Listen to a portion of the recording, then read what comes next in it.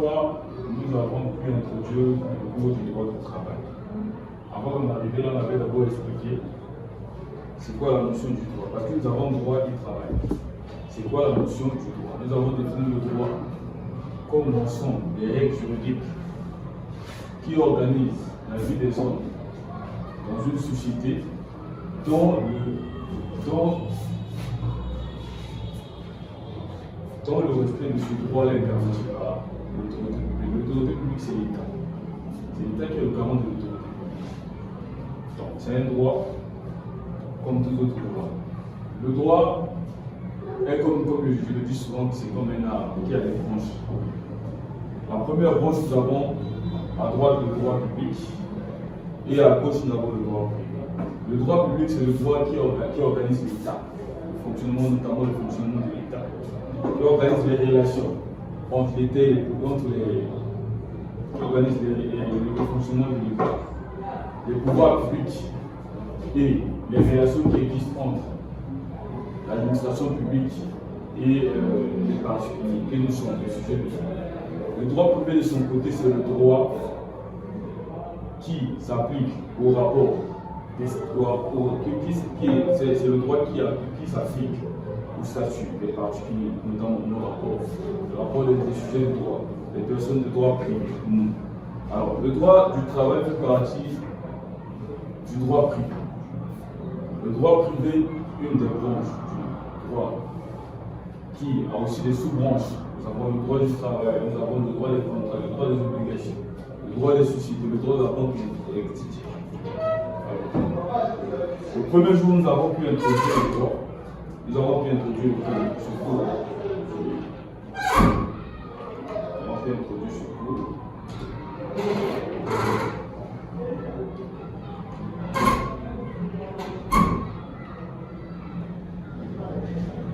Alors, nous avons défini le droit du travail, qui est un ensemble des règles juridiques qui résistent dans le secteur privé. Nous sommes là dans le secteur privé, ça veut dire que ça vient du droit privé. Les relations individuelles et collectives, le travail existant entre un employeur et un ou plusieurs travailleurs, ça veut dire quoi? C'est un ensemble de textes, un ensemble de règles qui organise la relation professionnelle entre celui qui emploie et celui qui travaille, mais celui qui met son activité professionnelle auprès d'une structure, d'une personne morale ou personne physique. Alors, le droit du travail, qui apparaît comme le corollaire de l'économie de marché, a été introduit dans l'Afrique noire par le mouvement de la colonisation. Les colons sont arrivés. Les colons ont fait travailler nos aïeux, nos ancêtres. Ils ont fait travailler. Au Congo, par exemple, le chemin de fer Congo a été, c'était le travail qui a été fait battu par nos grands-parents, nos aïeux. Alors, durant la période de la colonisation, les grands travaux engagés de les pays africains nécessitaient la mobilisation d'une main-d'œuvre locale compétente. Ainsi naquit le salariat sous l'appellation d'origine de l'indigène. Alors, avant, on a commencé avec le forçat. On forçait nos parents, nous avions nos grands-parents, nos anciens à travailler durement, sans salaire. Ils travaillaient pour leur activité physique, humaine physique, ou encore professionnelle, au profit d'une autre personne, appelée l'employeur. Mais après ces efforts, ils n'étaient pas pris. Donc on a commencé par le salariat qui a commencé, l'appellation d'origine. Au départ, les services des travailleurs étaient forcés. Ça veut dire qu'on a commencé par les forces. C'était sous le fait d'une contrainte, sous le fait de la chicote. De manière progressive, on passera du forçat au volontariat. C'était maintenant que tu travaillais, c'était volontaire. C'était volontaire, il n'y avait pas de contrainte. Et par la suite, on est passé du volontariat au salariat. Donc à la fin de tout effort, que ce soit physique ou intellectuel, vous devez les être payés à la fin. Comme on le dit souvent, tout travail mérite un salaire. C'est ça. L'application d'un véritable droit du travail, libre de toutes les pesanteurs, est l'aboutissement d'un long processus comportant plusieurs étapes. On a supprimé le travail forcé. On a instauré un organe du contrôle de la main-d'œuvre. Après, on est passé à l'amélioration des conditions de travail. Il fallait mettre ensemble des éléments pour garantir, pour sécuriser le travailleur.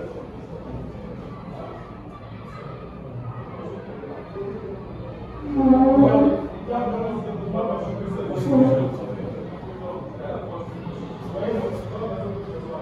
Donc il fallait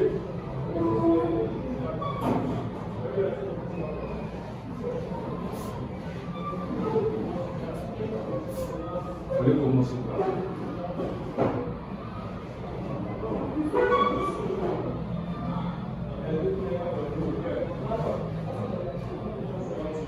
à son accession à l'indépendance, notre cher pays qui est le Congo. À l'instar des autres pays africains, tels que le Cameroun, tels que le Sénégal, tels que le Gabon, le Tchad, la Centrafrique, le Titi.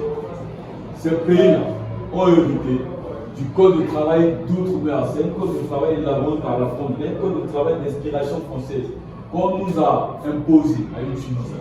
Ce code de travail a été promulgué le 15 décembre 1952, avant les indépendances pays. Ce texte restera en vigueur au Congo jusqu'en 1975, date de la promulgation du premier code de travail d'inspiration congolaise. Donc, le Congo après 1952, après l'avoir utilisé de 1952 jusqu'en 1975, après les indépendances. En 1975, le Congo a compris, l'État a compris. Nous avons nos réalités, c'est vrai. On a un code de travail qui relève de la France, qui est un code de travail français, avec leurs réalités. Mais les réalités africaines sont d'autres. Il fallait réfléchir, il fallait penser, mettre en place un instrument juridique qui va encadrer, qui va garantir, qui va protéger le travailleur face à un employeur que nous voulons faire. En 1975, le Congo a mis en œuvre ou en place un code de travail.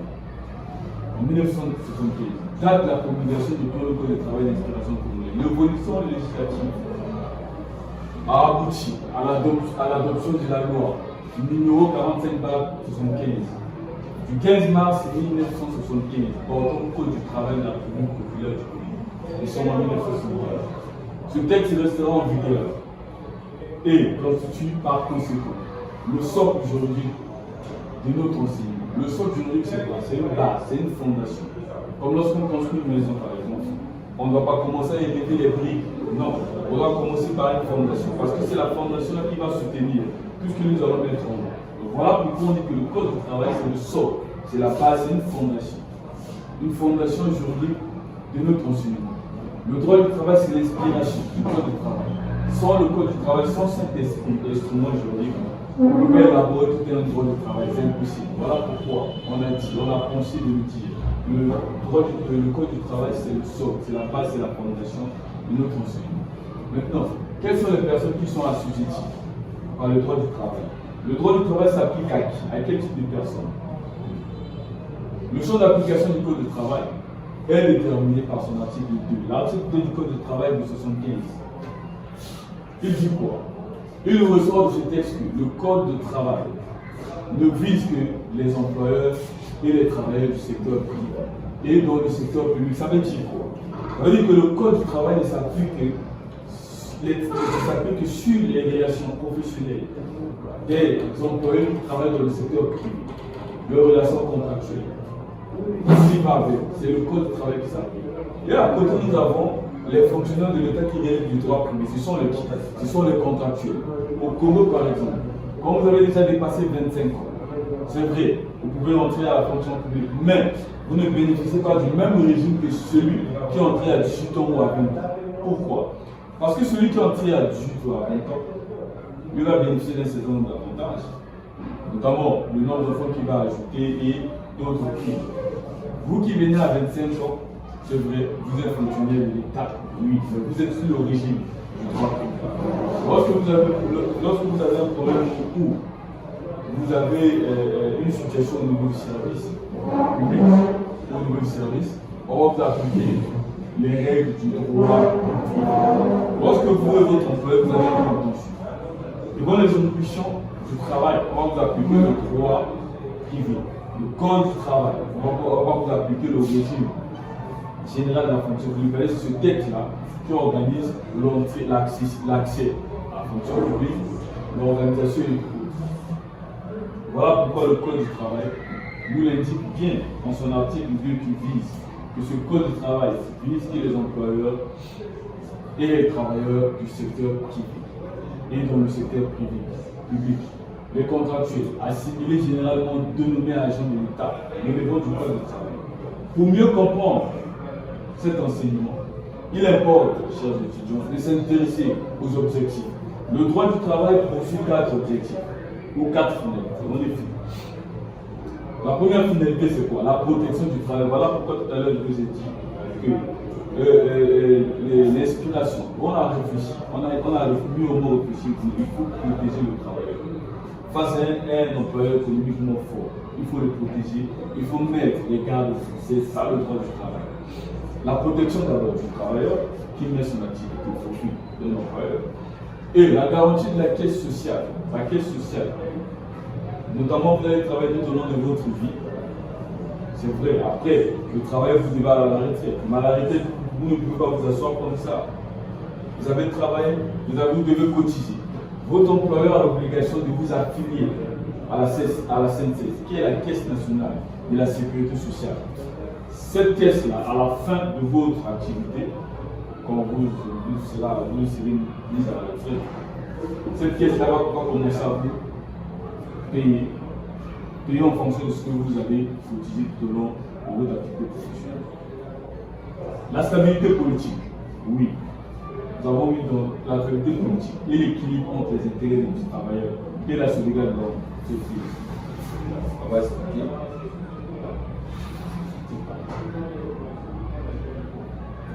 La protection du travailleur est la raison principale de la création. Les règles spécifiques aux relations de travail. Le droit du travail est né de la nécessité de protéger les travailleurs en situation faible face aux employeurs économiquement puissants. L'application des règles de droit commun, le droit commun des contrats, aurait conduit à la surexploitation de la main-d'œuvre. Ça veut dire quoi?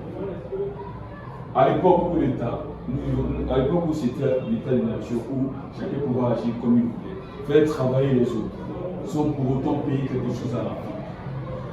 C'était l'état où tout le monde pouvait agir comme il voulait. Mais on a pensé que nous, c'est vrai, dans ce secteur-là, il y a des gens qui travaillent, il y a des gens qui mettent leur activité professionnelle pour le bon fonctionnement de l'entreprise. Vous, en tant qu'employeur, vous devez régulariser la situation. Voilà pourquoi on a pensé que le droit du travail vise d'abord la protection de celui qui met son activité professionnelle, son activité physique ou mentale au profit de l'entreprise. Voilà pourquoi ce droit vise d'abord à protéger celui qui travaille dur. Vise d'abord à le protéger parce qu'il est vulnérable, il est faible. Il est face à un employeur économiquement fort qui a les moyens. C'est ça. L'application des règles, le droit commun, les contrats, pourrait conduire à la surexploitation. De la même d'œuvre, c'est pour limiter l'exploitation de l'homme par l'homme, pour protéger la partie faible.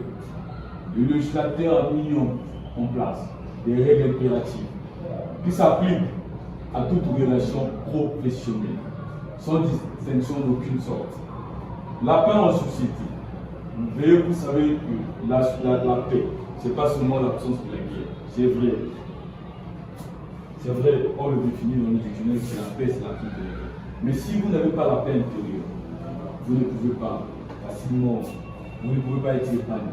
Voilà pourquoi la relation entre le travail et la paix, c'est une relation qui ne date pas d'aujourd'hui. Parce que dans un état où il n'y a pas le plein emploi, vous allez voir que les citoyens qui sont en âge de travailler vont manifester leur mécontentement de l'élection. La paix en société est un objectif suivi par les règles du droit du travail. Il existe un rapport étroit entre la paix sociale et l'emploi. C'est ainsi que le Code du travail encourage les entreprises à recruter. et à résoudre les conflits qui naissent des relations professionnelles par le dialogue. Le dialogue qui, on peut dire, c'est le règlement à l'amiable. La stabilité politique est une préoccupation constante dans tous les régimes démocratiques. Toute société qui a le plein emploi n'est pas disposée à la révolution. Comme je l'ai dit tout à l'heure, lorsque vous êtes dans un État qui n'a pas le plein emploi, où les jeunes en âge de travail n'ont pas d'emploi, ils vont manifester leur mécontentement de l'élection. On va voir souvent dans notre pays les révolutions. On va voir les gens vont se manifester dans la au marché. Nous n'avons pas, nous ne travaillons pas. D'aucuns sont en train d'aller à l'école. D'autres ont des diplômes, d'autres sont encore sur le banc de l'école. Mais il n'y a pas de boulot. La finalité, c'est d'emploi. Voilà pourquoi c'est dans d'autres pays où on respecte le peuple, la population. Ils ont la liberté de manifester. Quand vous n'avez pas de peine. En revanche, lorsque la majorité des citoyens en âge de travailler se retrouvent en situation de chômage, il est fort probable que ces citoyens désespérés manifestent leur mécontentement dans les journées. Ainsi, est-il nécessaire pour tout régime qui veut se maintenir de mettre en place une politique de promotion de l'emploi, concernant notamment les incitations diverses pour le secteur privé. Ça veut dire quoi? L'État a ce pouvoir, a les moyens de mettre en œuvre, de mettre les moyens, tout son possible pour faire la promotion de l'emploi, pour inciter le secteur privé. Comme on a l'habitude de dire que lorsque le climat d'affaires est propice dans un État, cet État-là attire les investisseurs. Lorsque les investisseurs étrangers, par exemple, arrivent, ils vont faire quoi? Ils vont mettre des structures. Ces structures-là vont notamment employer des citoyens. C'est ça, lorsque l'État a une politique de promotion de l'emploi, il met tous les moyens. Il y a souvent ce qu'on appelle la sécurité juridique, surtout dans les pays africains. C'est ça le véritable souci. Il n'y a pas de sécurité judiciaire et juridique pour appeler, et le climat d'affaires n'est pas propice pour appeler les investisseurs. C'est ça le problème. L'équilibre entre les intérêts des travailleurs et la sauvegarde de l'entreprise est un objectif récent du droit du travail. En effet, la protection excessive des travailleurs avait eu pour conséquence la mise en faillite de plusieurs entreprises. Portant viable, ce sont des entreprises qui vivent, qui ont toutes les capacités à vivre. Lorsqu'on dit par exemple, là je vais faire une pirouette, en droit des personnes par exemple, lorsqu'on dit tout enfant est né vivant et viable, vous êtes vivant et vous avez tous les, comment on fait ça? Tout le nécessaire, les points vitaux sont en bon état et en bonne édition pour fonctionner. Voilà pourquoi on dit que cet enfant est né vivant et viable. Ça veut dire que les organes nécessaires du corps fonctionnent normalement. Une entreprise qui est viable, c'est une entreprise qui fonctionne normalement, qui a tous les textes, qui a les moyens de fonctionner.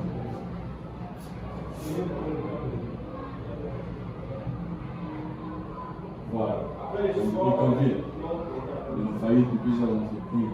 Il convient de signaler qu'au-delà d'être objet de propriété de son promoteur, l'entreprise est une unité économique et sociale dont la disparition est préjudiciable à la société entière.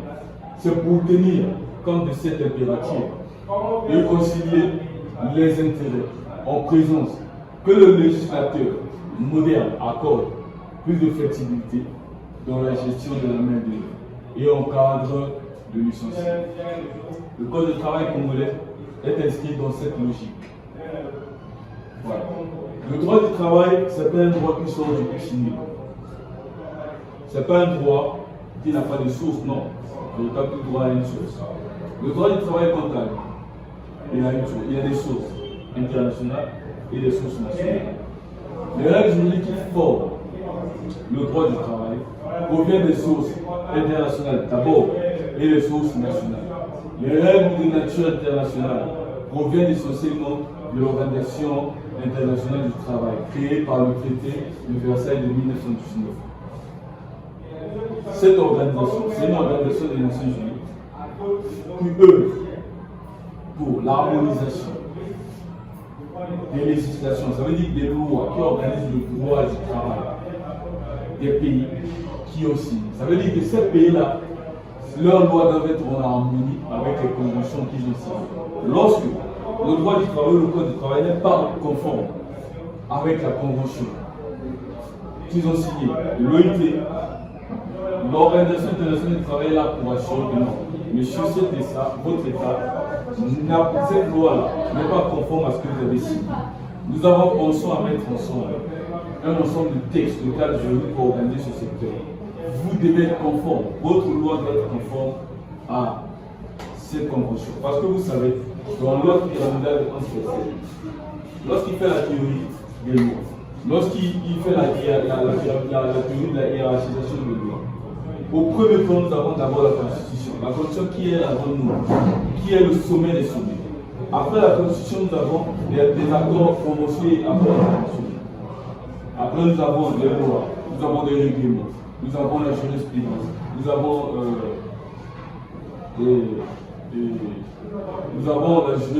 la coutume, nous avons les autres lois. Maintenant, vous voyez bien que l'OIT est née d'une convention. La convention vient s'instaurer dans l'ordre juridique commun. Ça veut dire qu'après la constitution, vous allez voir la convention. Lorsque vous ne respectez pas cette convention, l'OIT va vous rappeler certainement que monsieur, vous n'avez pas respecté notre accord. C'est ça, notre convention. On a mis ensemble notre communauté. L'OIT assure l'harmonisation des législations nationales à travers les conventions internationales et recommandations. Cette organisation compte à son actif plusieurs conventions internationales signées et ratifiées par la République du Congo. Lorsque les deux formalités, la signature et la ratification, sont accomplies, la convention rentre dans l'ordre juridique interne et s'applique au même titre que les lois votées par le Parlement. Parce que quoi? Parce que la convention, lorsqu'une convention a été signée par un État, pour que cette convention soit appliquée dans cet État, il faudra que cette convention passe par le Parlement, les deux chambres bicamérales du Parlement, le Sénat et l'Assemblée nationale. Il y aura des débats juridiques, ils vont voter, ils vont voir si c'est conforme à la Constitution. Ça va passer à la Cour constitutionnelle pour la constitutionnalité des lois. Dès que c'est bon, on va préparer ce qu'on appelle le projet de ratification. Ça va aller au niveau du chef de l'État, du chef de l'État. Le chef de l'État va signer. Et cette loi, cette convention sera promulguée. Et elle sera passée au journal de 20 ans. Dès qu'elle est promulguée, dès que cette convention est promulguée, est ratifiée et promulguée, le Congo pourra utiliser cette convention. C'est ça, le mouvement. Les recommandations, ce sont des suggestions formulées par l'OIT. L'OIT va penser dire que dans cette approche-là, il faut ça. Donc, est-ce que le Congo, vous êtes signataire, est-ce que vous ne pouvez pas plutôt ajouter ça? Vous ne pouvez pas plutôt faire ceci par rapport à ce qu'on voit? Parce qu'aujourd'hui, le droit du travail est évolué. Aujourd'hui, nous avons les nouveaux contrats de travail. Il y a par exemple le contrat occasionnel. C'est ce genre de contrat-là. L'OIT peut formuler des recommandations au Congo que non, instaurer plutôt. Faites des amendements dans le code du travail. Instaurer le contrat occasionnel, le contrat peut-être temporaire, tout ça. Voilà, les recommandations sont des suggestions formulées par l'OIT à l'endroit des États membres en vue de les orienter vers l'adoption des solutions d'ordre social. Les sources nationales du droit du travail sont classées en deux catégories. La première catégorie, c'est quoi? Les sources étatiques. Nous avons par exemple le code du travail. Les sources d'origine professionnelle, dans les conventions collectives. Les sources étatiques regroupent toutes les sources traditionnelles du droit, à savoir la Constitution, qui est la grande norme, les lois, les règlements administratifs, la doctrine, la jurisprudence, et ainsi de suite. Le plus important de ces textes est la loi numéro 45/75 du 15 mars 1975, portant codification du code du travail.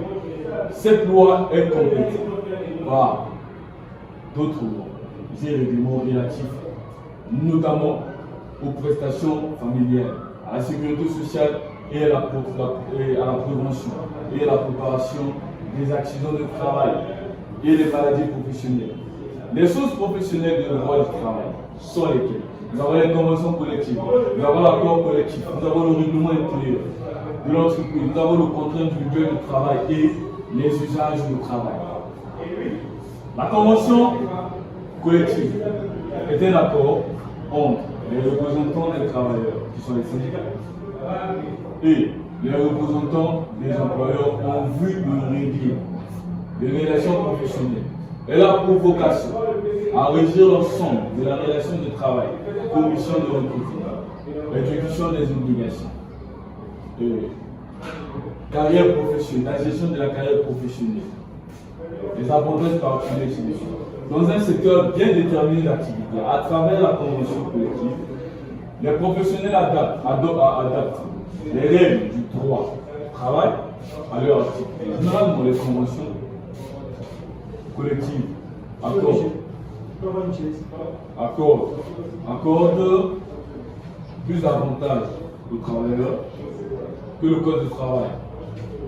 L'accord collectif est une négociation, c'est une forme de négociation entre l'employeur et les travailleurs, portant sur certains aspects de la relation professionnelle ou pour mettre en œuvre une convention collective au sein de l'entreprise.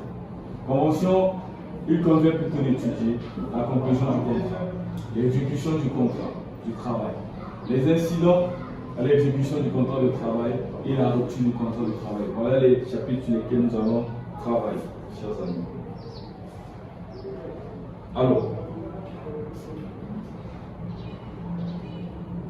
Alors, notre premier chapitre porte sur le recrutement dans l'entreprise.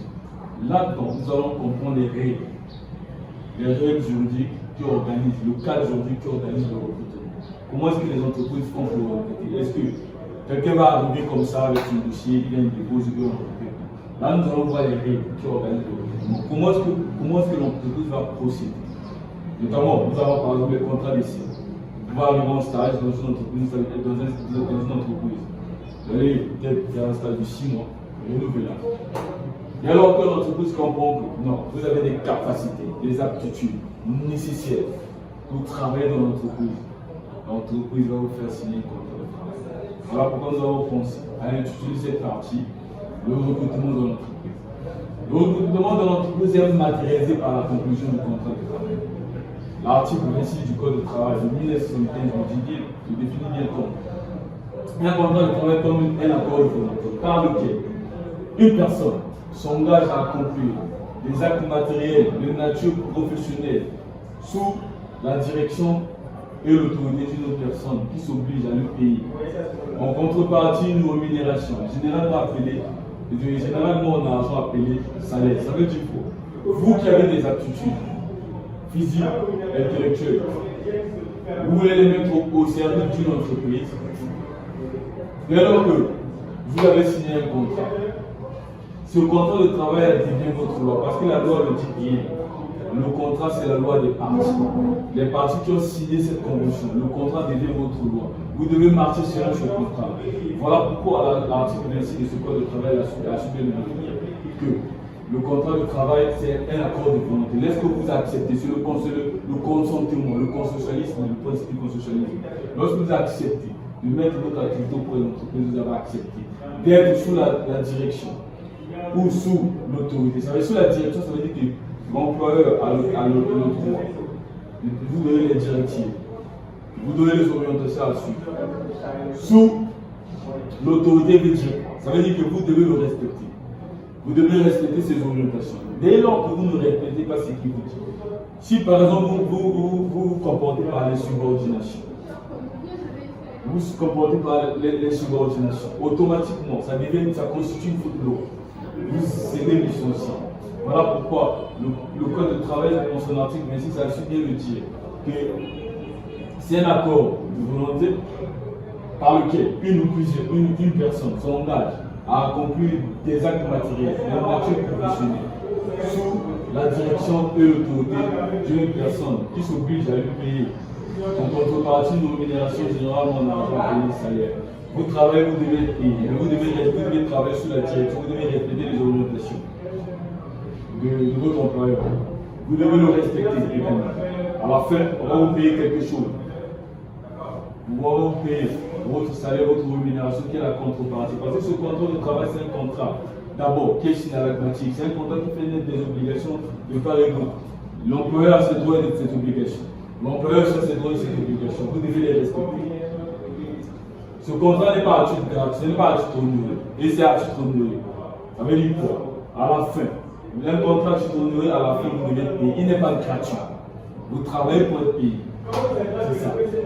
La signature du contrat de travail est souvent l'aboutissement d'un processus qui commence par la phase préparatoire. On doit préparer le contrat.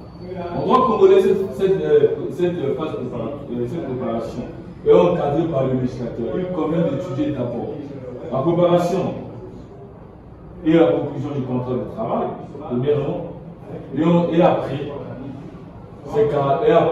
ses caractéristiques et les diverses formes du contrat de travail. Nous sommes déjà dans le contrat de travail. Section 1. La préparation et la conclusion du contrat de travail. On doit d'abord préparer le contrat, après ensuite on le signe. De manière générale, les entreprises sont réticentes vis-à-vis des personnes qui sollicitent pour une fois un emploi dans leur structure.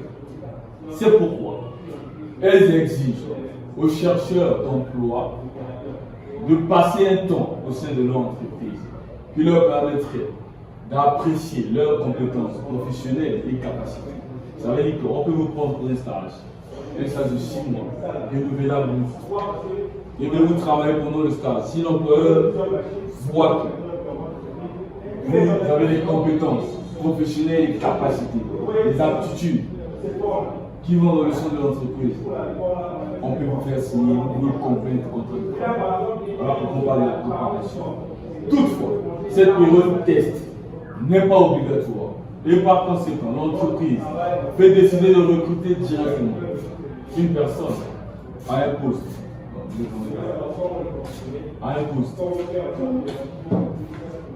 Peu importe de présenter le cadre juridique. Et la période probatoire est d'étudier la conclusion pour notifier. Ça, on va déjà fait. On va lorsqu'on va aborder ce chapitre. Paragraphe 1. Le cadre juridique de la phase de la période probatoire. Le contrat d'apprentissage, c'est ça. On vous a êtes dans un contrat d'apprentissage. Le stage, généralement, c'est un contrat d'apprentissage. Vous partez pour apprendre et que vous apprenez. Au fur et à mesure que vous apprenez, vous mettez votre théorie que vous avez appris à l'école. Vous matérialisez ça. Vous pouvez être engagé. Le contrat d'apprentissage est défini par l'article 5 du Code du travail, de 1975. Le contrat, le contrat d'apprentissage est celui par lequel un chef d'établissement, industriel, commercial ou agricole, un artisan ou un façonnier s'oblige à donner ou à faire donner une formation professionnelle, méthodique et complète à une autre personne, et par lequel celle-ci s'oblige en retour à se conformer aux instructions de le recevant, à exécuter les ouvrages qui lui seront confiés en vue de son apprentissage. À côté du contrat d'apprentissage, nous avons le contrat de formation. Généralement, on le voit souvent dans les métiers de la justice, les métiers judiciaires, par exemple de la justice. L'ENA, par exemple, cette école, dès lors que vous passez votre concours, vous serez formé pendant 2 ans. À la fin de votre formation, vous serez sanctionné par un diplôme de fin d'études. Et après, vous êtes engagé dans le corps magistral. Vous serez magistrat pour ceux qui font la magistrature. Notamment au niveau de la CEMAC, nous avons la banque centrale, la BESI, qui fait dans le même sens. Vous passez un test pour un concours. Dès lors que vous êtes admis, vous êtes engagé. Vous allez passer une formation au sein de la banque centrale. Une formation de 6 mois, renouvelable. Au bout de cette formation, pendant cette formation, vous êtes payé.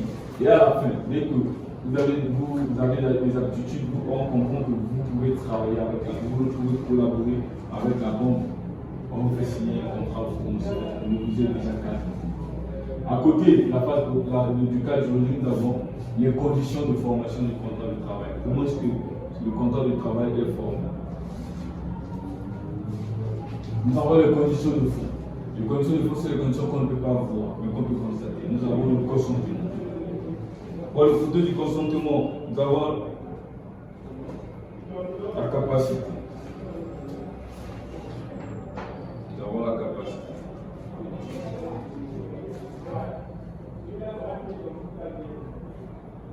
Nous avons la capacité. À côté des conditions de fond, nous avons les conditions de forme. Les conditions de forme, c'est les conditions qu'on peut toucher. Selon le code du travail, les conditions de travail, les contrats de travail sont librement passés. Ça veut dire que c'est le principe du consensualisme. Vous devez dire oui. Pas sous la contrainte. Votre propre volonté, vous avez lu le contrat et vous acceptez de signer. Vous avez le fait de dire oui. Ce qui signifie qu'aucune forme n'est requise pour la validité du contrat. Et ça veut dire quoi? Que le contrat soit écrit ou non, c'est déjà un contrat. Le fait que vous acceptez, vous avez conclu le contrat de travail. En clair, le contrat de travail peut être verbal ou écrit. C'est l'expression du principe du consensualisme sur le consentement. Toutefois, certains contrats de travail doivent impérativement faire l'objet d'un écrit, ou on écrit un contrat de travail. Il s'agit notamment de contrats à durée déterminée, supérieur à 3 mois. C'est un contrat qui ne peut pas aller au-delà de 3 mois. C'est les 3 mois là sont renouvelables. Et pas moins de 3 mois plutôt, supérieur à 3 mois. Supérieur à 3 mois. Ça veut dire que ce contrat peut aller au-delà de 3 mois. Oui. Ça veut dire que pas moins de 3 mois. Ça commence à partir de 3 mois jusqu'à 2 ans. Ça ne doit pas dépasser 2 ans. Dès lors que ça dépasse 2 ans, ça devient un contrat de durée indéterminée. Vous pouvez signer un contrat de 3 mois ou de 6 mois. Vous travaillez, on peut renouveler ce contrat. Mais ça ne doit pas dépasser 2 ans. Contrat nécessitant le déménagement du travail du sol. De même, le contrat d'un travailleur de nationalité, voilà. C'est le contrat. Le déménagement de sa résidence habituelle. Ces contrats doivent être constatés par écrit avec l'IH. À l'inspection du travail, c'est l'inspecteur du travail, c'est lui le contrôleur du secteur, le contrôleur de la relation professionnelle, le contrôleur du droit du travail, c'est lui qui doit contrôler.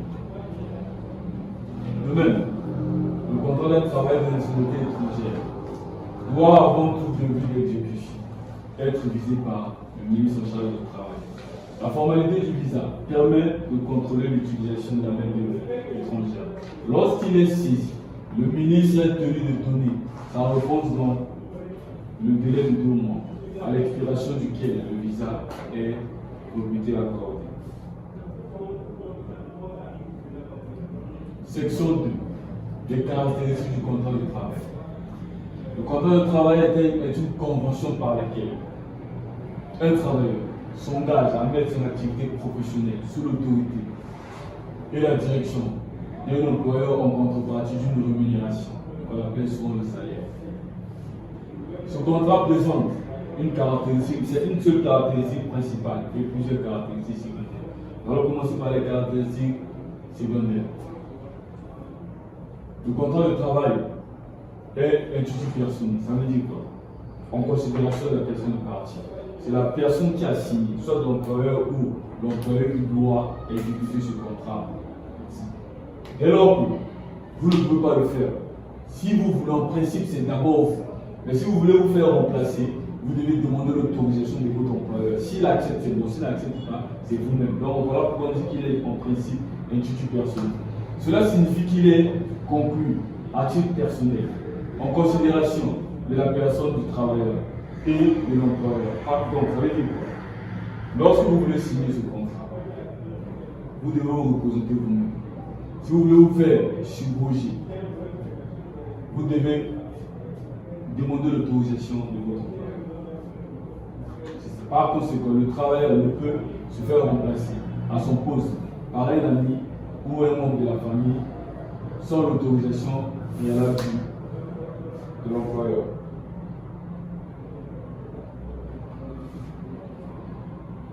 Le contrat de travail est à titre onéreux. Ça veut dire quoi? C'est un contrat qui n'est pas gratuit. Lorsque vous travaillez, vous devez payer.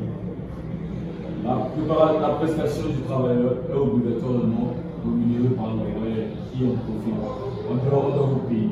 Le contrat de travail est synalgmatique. Ça veut dire quoi? C'est un contrat qui fait naître des obligations de part et d'autre. Les obligations de l'employeur, les obligations du travail. Les deux, on les trouve. Vous devez respecter, parce qu'on dit souvent le contrat est la loi des parties. Le contrat s'applique aux personnes qui les ont fait, qui les ont signé. Le contrat de travail est à exécution successive. Ça veut dire qu'il s'exécute au fil du temps. Aussi longtemps qu'il existe, les parties doivent accomplir les prestations. Par conséquent, l'annulation des contrats de travail ne produit pas des effets rétroactifs. Donc, il ne peut pas avoir des effets dans le passé. Il n'a que des effets dans l'avenir. Alors, on dit qu'il n'a pas d'effet rétroactif. Elle ne dispose que pour l'avenir. Le contrat de travail est dans une certaine mesure un contrat d'adhésion. Pourquoi? Parce que lorsque vous arrivez dans une entreprise, l'employeur a généralement déjà rédigé son contrat. Qu'est-ce que vous allez faire? Vous venez juste adhérer. Vous les aidez si ça ne vous plaît pas. C'est vrai qu'on peut laisser une marge de discussion par rapport à certaines dispositions qui ne vont pas vous plaire. Certainement, vous pouvez discuter. Mais il est en principe, il est dans une certaine mesure un contrat d'adhésion parce que c'est une seule partie qui le prépare. Vous venez juste lire. Dès que c'est bon, vous acceptez. Parce que la plupart des dispositions sont directement prévues par la loi des actes que vous devez faire ici. Les caractéristiques secondaires ne mettent pas en évidence la spécificité du droit du travail. Celle-ci est mise en évidence par la caractéristique principale, qui est le lien de subordination. Paragraphe 4. La caractéristique principale du contrat de travail, deux points de lien de subordination.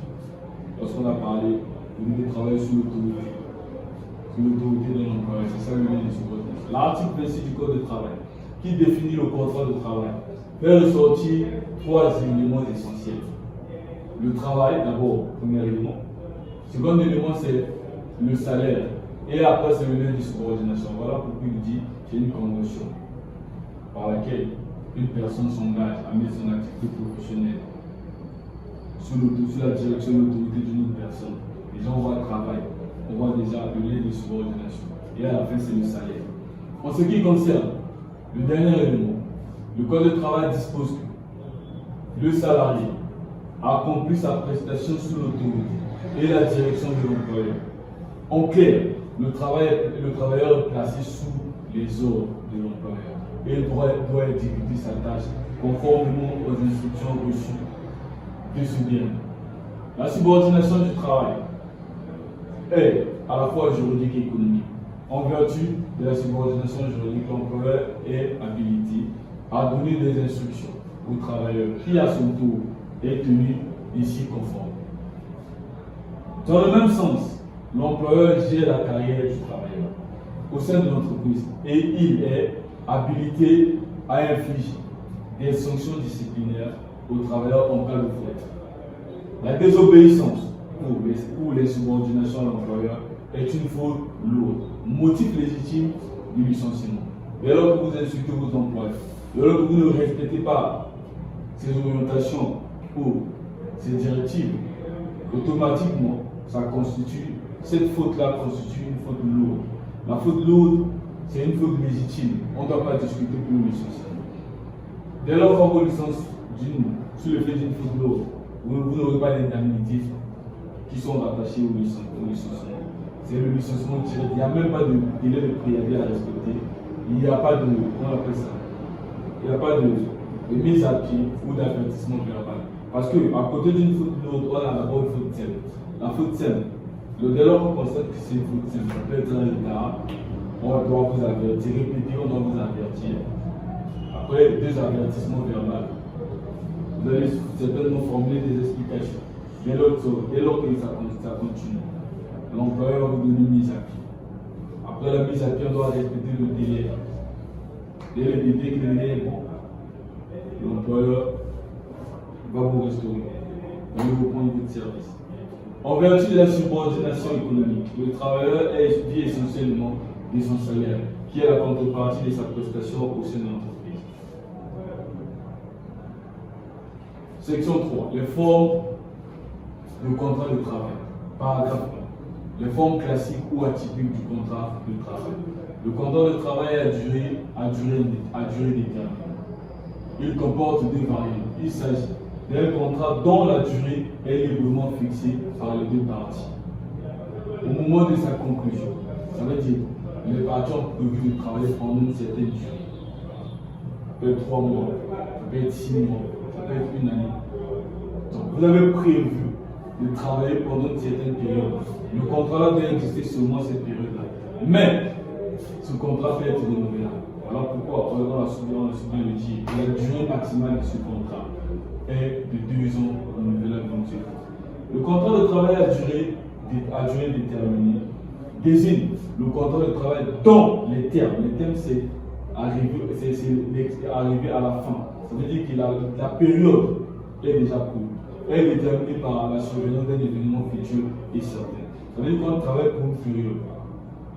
Pour une période, c'est qu'à telle date, à telle période, le contrat doit s'arrêter. Un événement futur est certain. Cette survenance ne dépend pas de la volonté unilatérale. La volonté unilatérale, c'est la volonté d'une personne, de l'une des parties, et doit être précisée dans le contrat.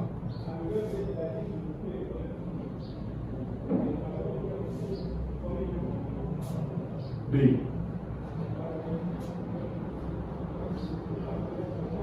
À côté du contrat à durée déterminée, nous avons le contrat de travail à durée indéterminée. Comme son nom l'indique, il s'agit d'un contrat dont le terme n'est pas fixé à l'avance par les deux parties. Ça veut dire quoi? On signe juste un contrat qui n'a pas de délai, on va travailler. Mais ce contrat peut cesser à tout moment, peut prendre fin à tout moment, peut s'éteindre à tout moment. Ça peut être par la volonté du travailleur, ça peut être par la volonté de l'employeur. Par conséquent, il peut cesser à tout moment, à l'initiative de l'employeur ou du travailleur. L'article 39 du Code de travail congolais de 1975, le contrat de travail à durée indéterminée peut toujours cesser par la volonté de l'une des parties. La loi oblige celui qui prend l'initiative, donc celui qui décide de rompre, celui qui décide de mettre fin au contrat, celui qui prend l'initiative de la rupture, à respecter le délai de préavis et à notifier à l'autre partie le motif de la rupture. Ce délai-là, c'est un délai qui permet à celui qui met, si par exemple généralement l'employé, de travailler encore au service. Cette période-là lui permet de trouver notre boulot, mais l'employeur doit le payer pendant cette période. Exemple au Cameroun, par exemple, la durée du préavis, le contrat de travail à durée indéterminée est fixé par l'arrêté ministériel numéro 15, par MT, ministère du Travail, PS, du 26 mai 1993. Elle varie en fonction de la catégorie et de la nécessité du travail. Là, on a fait un compte du droit, ce qu'on appelle le prêt-à-porter juridique. On l'emprunte d'ailleurs pour venir voir ce qui manque chez nous pour la date. Le code congolais n'a pas prévu ça. Ou il n'y a pas une loi qui a prévu ça. Voilà. Au Cameroun, par exemple, ce délai-là varie en fonction des catégories. Nous avons les moins d'un an de catégorie 1 à 6. Lorsque vous avez moins d'un an dans l'entreprise, vous avez 3 à 15 jours. Pour ceux qui ont de 1 an à 5 ans, ils ont droit à 1 an. Pour plus de 5 ans, ils ont droit à 2 mois. Catégorie de 7 à 9. Moins d'un an, c'est 1 mois. 1 à 5 ans, c'est 2 mois. Depuis plus de 5 ans, c'est 3 mois. Pour la catégorie de 10 à 12. Moins d'un an, c'est 1 mois. Ancienneté, 3 mois. De 1 à 53 mois. Plus de 5 ans, c'est 4 mois.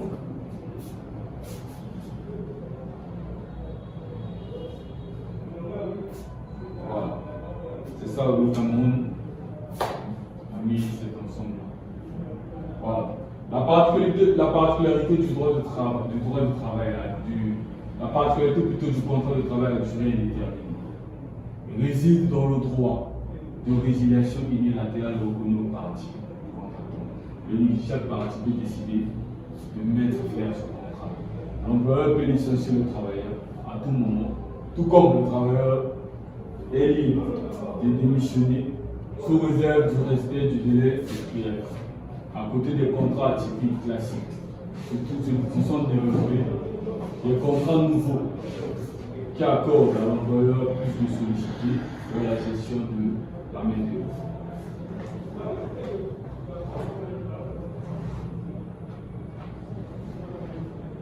Paragraphe 2.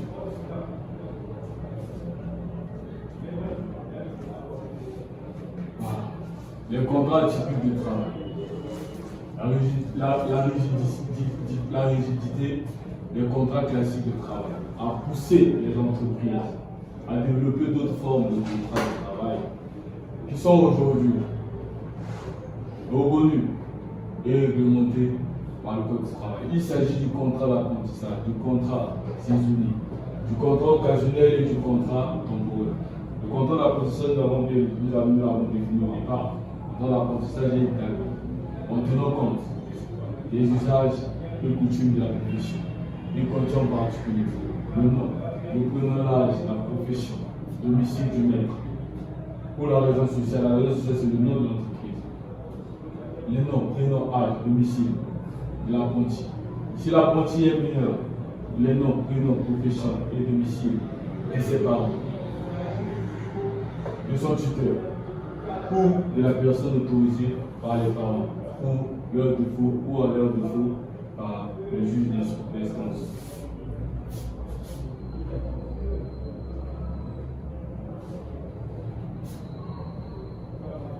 Voilà.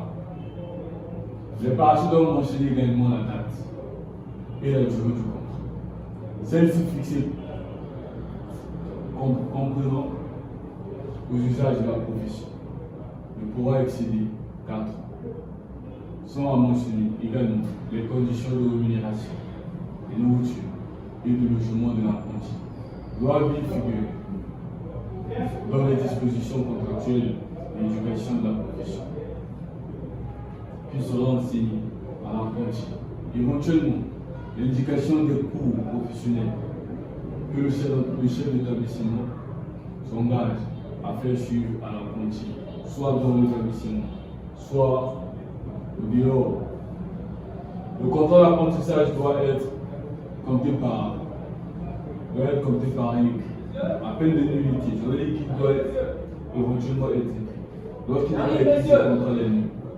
L'écrit est signé par le maître et les parents ou le tuteur de l'apprenti. Si ce dernier est mineur, par l'apprenti lui-même, il est majeur, par l'apprenti s'il est majeur. Nul ne peut recevoir l'apprenti mineur s'il est âgé de 21 ans. Au moins. 21 ans. Aucun maître.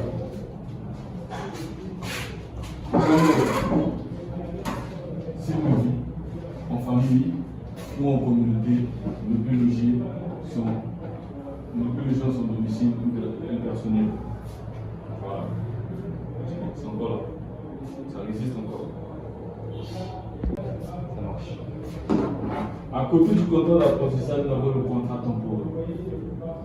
Ce contrat a pour objet soit le remplacement d'un travailleur absent ou dont le contrat est suspendu, ou soit l'achèvement d'un ouvrage nécessaire et nécessitant l'emploi d'une main-d'œuvre supplémentaire dans une durée déterminée.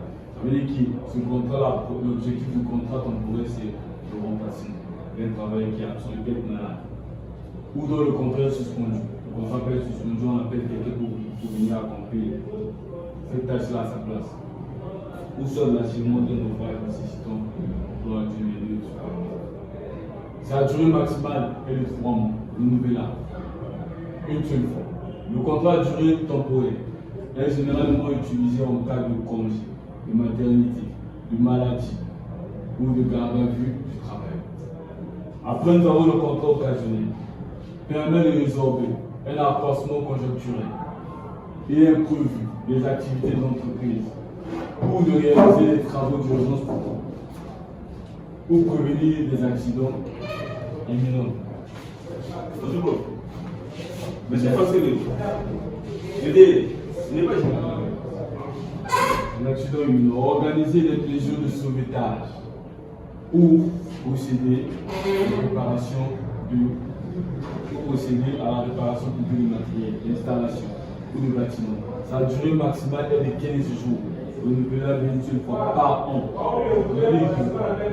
Par an, vous pouvez travailler pendant 1 mois, parce qu'on dit renouvelable par an. Une seule fois par an. Donc ça ne doit pas dépasser 15 jours, même ça peut aller jusqu'à 30 jours si on le renouvelle par an, ça ne doit pas dépasser. Après, c'est le contrat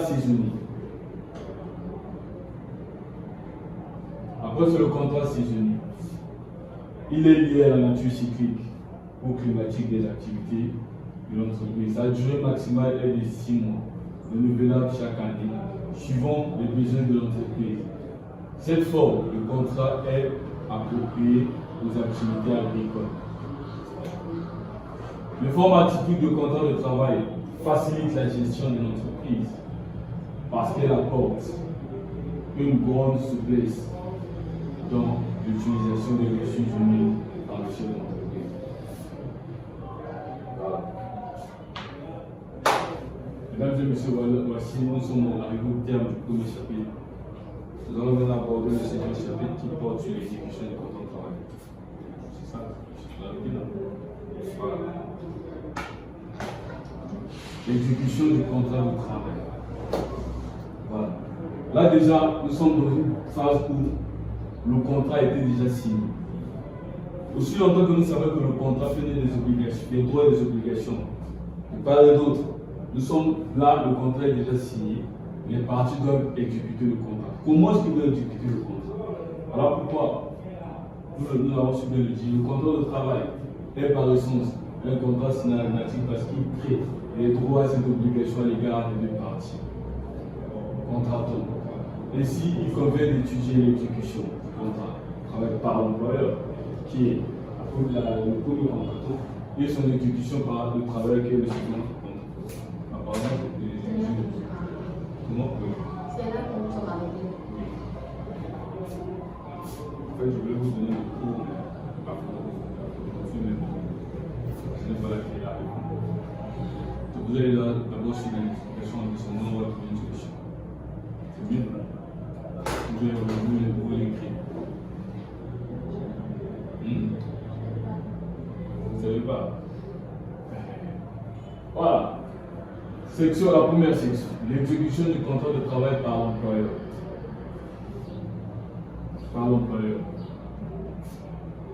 L'employeur est une personne physique ou morale qui conclut le contrat de travail avec le salarié.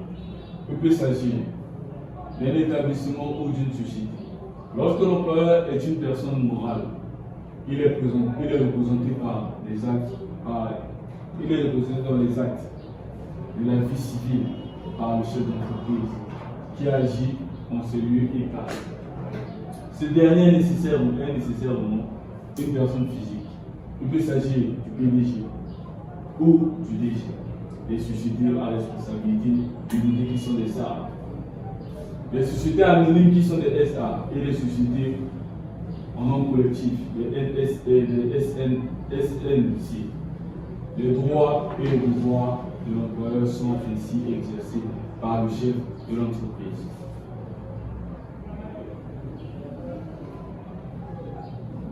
Voilà. Donc, l'exécution, le processus d'exécution du contrat de travail.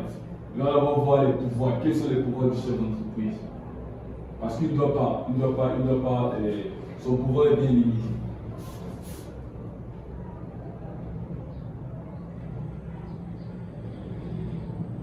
Son pouvoir est limité.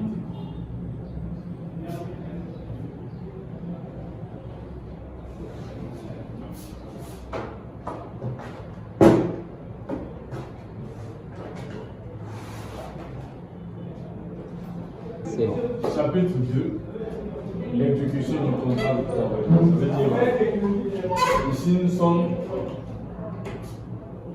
dans le processus d'exécution. Ça veut dire que le contrat est déjà formé et signé. Nous sommes pas à la préparation. Nous sommes maintenant dans l'exécution. Les parties contractantes doivent exécuter leurs tâches. Chacun a ses droits et ses obligations. Voilà pourquoi ici nous avons dit le droit du travail est par essence un contrat synalagmatique parce qu'il crée les droits et les obligations à l'égard des parties contractantes. Ainsi, convient-il d'étudier l'exécution du contrat de travail par l'employeur? Ça veut dire que l'employeur doit d'abord exécuter ses obligations et après l'exécution par le travailleur. Section 2. Maintenant, l'exécution du contrat de travail par l'employeur. L'employeur est une personne physique ou morale qui conclut le contrat de travail avec le salarié. Il peut s'agir d'un établissement ou d'une société. Lorsque l'employeur est une personne morale, il est représenté dans les actes civils par les chefs d'entreprise qui agit en ce lieu et place. C'est-à-dire que l'employeur personne morale va être subrogé. Subrogé, c'est le remplacement, et est représenté plutôt par une personne physique qui peut être le PDG, qui peut être le DG. Ce dernier est nécessairement une personne physique. Il peut s'agir du PDG ou du DG des sociétés à responsabilité limitée. Possible ça. Les sociétés anonymes SA et les sociétés en nom collectif SNC. Les droits et les devoirs de l'employeur sont ainsi exercés par le chef d'entreprise. C'est bon, madame? Vous n'avez pas compris. Ici, nous sommes dans le processus d'exécution. Ça veut dire que lorsqu'on parle d'exécution, ça veut dire que les parties commencent à accomplir leurs prestations. Ça veut dire que le contrat était déjà préparé et formé. Ils ont conclu. Ils ont dit oui par la signature. Maintenant, nous sommes dans le processus où les deux parties doivent accomplir leurs tâches, leurs obligations. Si vous êtes salarié, par exemple, on vous a certainement donné une tâche, vous travaillez dans le service des ressources humaines. Vous êtes, par exemple, spécialiste de la gestion des carrières des travailleurs. Ça veut dire quoi? Vous commencez maintenant à exécuter vos tâches. Vous commencez maintenant à travailler sur la tâche qui vous est donnée. Vous voyez? L'employeur de son côté se prépare déjà à vous payer votre salaire. Se prépare déjà à mis les conditions possibles pour que vous travaillez dans la culture. Donc nous sommes là, le contrat a commencé à vivre. Au départ, je vous ai dit que le contrat, c'est une communication. Il n'est pas la signature ou la conclusion du contrat, il vit par l'exécution et il meurt par l'extinction. Nous sommes dans la vie du contrat. Il est en train de vivre, il est en train de marcher. Il commence par les pas, il marche. Il commence par, comment on appelle ça? Les enfants souvent, ils font quoi? Ils marchent à 4 pattes. Après, ils commencent à marcher, ils commencent à vivre. C'est ça l'exécution. La vie du contrat. Le contrat commence à vivre. Vous voyez? Dans cette vie-là, les deux parties qui ont signé le contrat vont commencer à accomplir les tâches. Nous allons voir plus bas avec l'exécution par l'employeur et l'exécution par le salarié. Donc nous sommes dans la vie du contrat, c'est bon? Vous avez compris, vous n'avez pas compris? Posez une question. Non, posez une question. Vous n'avez pas compris au quel niveau?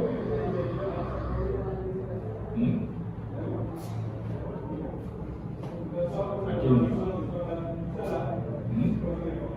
Nous sommes à Texaco. Vous êtes encore à Ousso? Monsieur, c'est vous êtes bon? C'est pas possible. Ici, nous sommes dans le processus de vie du contrat. Ça veut dire que le contrat est entré en vigueur. Ça veut dire que le contrat vit déjà. Ça veut dire que lorsque le contrat vit, les parties qui ont signé, vous et votre employeur commencez déjà à accomplir vos tâches. Si lorsqu'on vous a recruté, ou bien lorsque vous avez signé le contrat, on vous a demandé d'assurer par exemple la sécurité des employeurs. C'est votre tâche à faire, c'est la sécurité. Vous commencez déjà à mettre votre intelligence en pratique pour assurer la sécurité des travailleurs. L'employeur, à son tour, il se prépare déjà à préparer votre salaire. Il commence à mettre tout son possible pour que vous travaillez dans les bonnes conditions. Vous comprenez maintenant? Donc nous sommes dans la vie du contrat. Le contrat vit déjà. Les parties commencent, chacun commence à accomplir ses obligations. Chacun commence déjà à bénéficier de ses droits. C'est bon ou c'est trop fort? Ça va déjà? Qu'est-ce que j'ai dit? Le contrat, l'exécution, c'est quoi?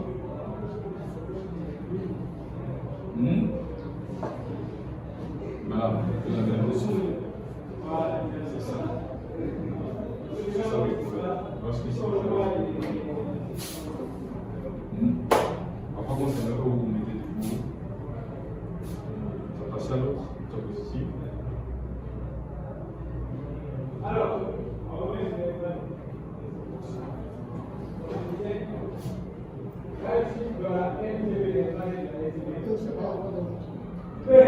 vous venez encore de...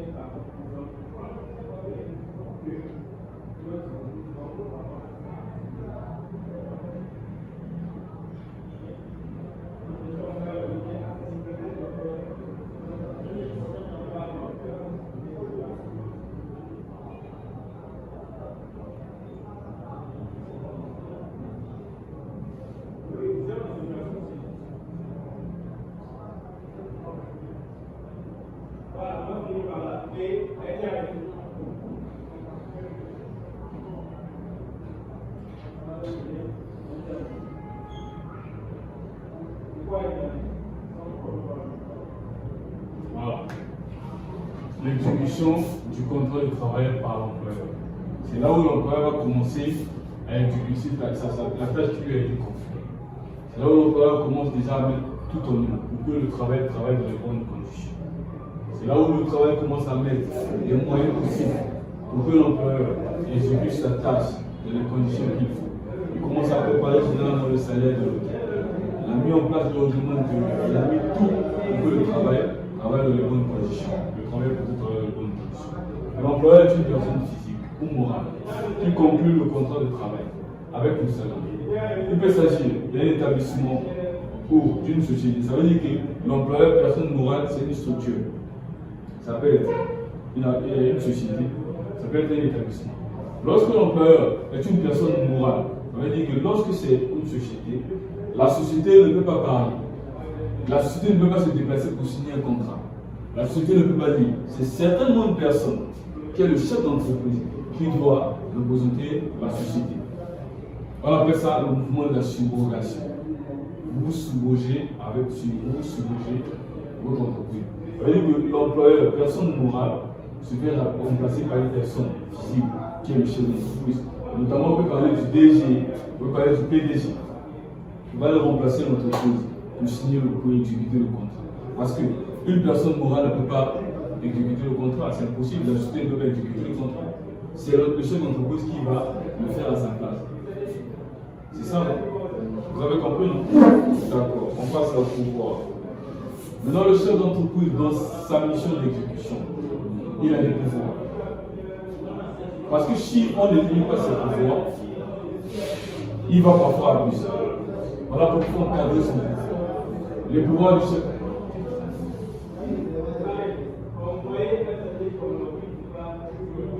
Voilà. Donc, l'employeur a commencé à tout mettre en œuvre pour que le travailleur se retrouve dans les conditions qu'il faut. Il faut qu'il travaille dans la culture. Dans ses missions, l'employeur a un certain nombre de pouvoirs. Et ces pouvoirs doivent être encadrés par le droit. Le droit a su bien encadrer ces pouvoirs. Les pouvoirs du chef de l'entreprise. Le chef de l'entreprise exerce trois importantes prérogatives. Il y a le pouvoir de direction, le pouvoir réglementaire et le pouvoir disciplinaire. Le premier pouvoir, c'est le pouvoir de direction ou de gestion. Ça veut dire quoi? Il a le pouvoir. Parmi ses prérogatives, il doit donner des directives, des orientations aux salariés qu'il doit respecter. En vertu du pouvoir de direction, le chef d'entreprise assure la bonne marche de l'entreprise. Il est le responsable de la direction économique et la direction des sommes, le personnel général. La direction économique est assurée à travers la prise des décisions qui permettent de mettre en œuvre la fonction productive du capital. Ça veut dire quoi? Il met en œuvre, il assure la direction. Le côté économique, c'est le côté qui produit le capital. C'est à lui d'assurer que ce côté-là continue, ce côté-là produise les fruits qu'il faut pour sauvegarder le capital. Le chef est habilité à prendre des décisions qui permettent de mettre en œuvre les fonctions productives du capital. Il est habilité plutôt à prendre des mesures d'organisation et réorganisation des services de l'entreprise. Il a le pouvoir d'organiser l'entreprise, le pouvoir de réorganiser quand ça ne marche pas. C'est lui, ce sont ses pouvoirs, ce sont ses prérogatives. Il a habilité à le faire. Le chef est le juge des options stratégiques. Donc, il juge les options qui peuvent faire fonctionner l'entreprise. Il a le droit de dire que non, il faut faire ça. Par rapport à la vision de l'entreprise, non, il faut plutôt procéder comme ça pour que ça marche. Il prend à cet égard les mesures dictées par l'intérêt de l'entreprise. Toutefois, dans les économies modernes, les travailleurs sont davantage impliqués dans la prise de décisions relatives à la gouvernance de l'entreprise. Ainsi, les chefs d'entreprise sont-ils appelés à consulter les instances représentatives du personnel, notamment le syndicat. Donc le chef d'entreprise peut prendre parfois une décision dans les économies modernes, peut consulter le syndicat du personnel pour prendre des décisions. Il peut dire bon, vu tel aspect, nous pouvons plutôt telle chose. Je pense que par rapport à ce que je vois, la vision de l'entreprise, je pense qu'on peut procéder par ici. On peut procéder par là. C'est lui, il est le juge. Il est le juge des options stratégiques, c'est pour la bonne marche. Il peut prendre des décisions, il peut réfléchir, il a une idée pour la progression de l'entreprise, il va voir le collectif des travailleurs et notamment le syndicat. Vous voyez que vu la vision de l'entreprise, je pense que nous pouvons plutôt procéder comme ça. Voilà pourquoi on parle des économies modernes. Mais chez nous, je ne pense pas que ce soit ainsi. Parce que chaque entreprise a sa politique. Voilà pourquoi on a bien précisé dans les économies modernes. Ainsi, les chefs d'entreprise sont-ils appelés à consulter les instances représentatives du personnel pour les questions relatives au bon fonctionnement et à la pérennité de l'entreprise. La direction des hommes est assurée par la prise des mesures d'ordre individuel et collectif. Le chef d'entreprise, c'est lui qui utilise le règlement de réunion. C'est lui qui gère la carrière des employés. Le chef d'entreprise décide du recrutement du travailleur, assure la gestion de sa carrière, peut le promouvoir, le muter, et même le rétrograde. Ça veut dire qu'il a le pouvoir de recruter. Il a le pouvoir de vous muter avec d'autres fonctions. Il a le pouvoir de vous rétrograder. Ce sont ses pouvoirs, parce que c'est lui qui gère la carrière de son employé. C'est lui qui gère votre carrière. Voilà pourquoi on dit qu'il a le pouvoir de direction des hommes. Il gère le personnel sans ses pouvoirs. En cas de faute, il est le licencié pour insuffisance professionnelle. Il est seul juge des aptitudes et la compétence professionnelle des personnels travaillant dans l'entreprise. C'est lui qui juge les capacités, les compétences des employés. Quand vous travaillez, il peut juger que non. Vous n'avez pas assez de capacité pour le fonctionnement de l'entreprise. Il peut décider de vous licencier quand vous travaillez, quand vous n'avez pas les aptitudes pour le fonctionnement de l'entreprise. C'est son rôle. C'est lui qui gère le personnel. En ce qui concerne les mesures d'ordre collectif, le chef d'entreprise est habilité à mettre les travailleurs en chômage technique. Le chômage technique, c'est quoi? C'est une période, 10 mois. Vu la récession économique de l'entreprise, vu la conjoncture économique, on n'a plus assez de capital, on n'a plus assez de moyens pour gérer tout le personnel. Le chef d'entreprise peut décider de vous mettre au chômage technique. Il vous demande d'aller d'abord sur la maison. Pendant une certaine période, d'ailleurs en travaillant, d'aller voir que la conjoncture économique de l'entreprise a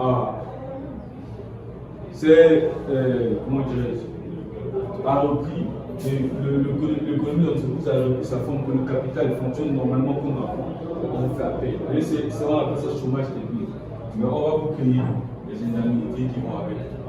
Donc vous restez à la maison en attendant qu'il fasse augmenter le capital de l'entreprise pour vous payer. Ça fait partie de ces pouvoirs, pouvoir de direction, pouvoir économique et pouvoir de direction des hommes. Pouvoir réglementaire du chef d'entreprise. En vertu de ce pouvoir, le chef d'entreprise élabore le règlement intérieur, les circulaires et les notes de service applicables à l'ensemble du personnel. C'est lui le garant. C'est lui qui doit mettre en place le règlement intérieur, notes de service, notes d'information, les circulaires. Il s'agit dans l'ensemble des textes permettant le bon fonctionnement de l'entreprise et qui constituent le code de conduite des travailleurs. Le plus important de ce texte, c'est le règlement intérieur. On dit que le règlement intérieur, c'est la pièce maîtresse du fonctionnement de l'entreprise. C'est lui qui vous donne, c'est le règlement intérieur qui vous donne la conduite atelier. Vous devez marcher comme ça. Ici, quand vous êtes arrivé, on vous a présenté le règlement intérieur. C'est ça, vous l'avez lu? À partir de concerne des étudiants, vous l'avez lu? Non. Quand elle est sur une école qui a tout, il faut prendre le temps de lire. C'est la loi, c'est ça la loi. Le règlement c'est la loi. Le règlement est l'ensemble des dispositions établies par le chef d'entreprise en vue de préciser les règles relatives à l'organisation du travail, aux normes et à la procédure disciplinaire, ainsi qu'aux prescriptions concernant l'hygiène et la sécurité du travail. Ça veut dire que le règlement intérieur, c'est lui qui prévoit le fonctionnement de l'entreprise. Le fonctionnement de l'entreprise. C'est lui qui prévoit les conditions du travail. C'est lui qui prévoit la sécurité. C'est le règlement intérieur qui prévoit tout ça. C'est un texte. C'est un texte. C'est comme un cours. On a les dispositions à l'intérieur pour le fonctionnement de l'entreprise.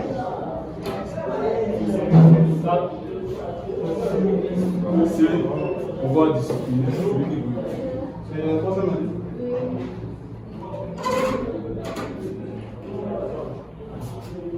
Voilà.